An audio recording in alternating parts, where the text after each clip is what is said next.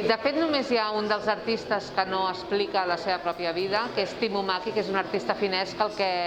el que hem portat a l'exposició és un documental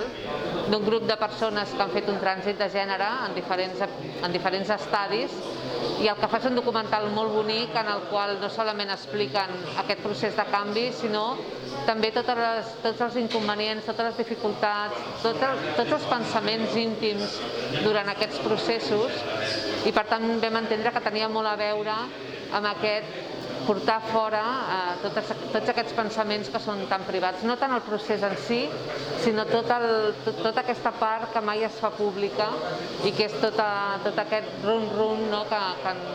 els ha acompanyat durant tot el procés,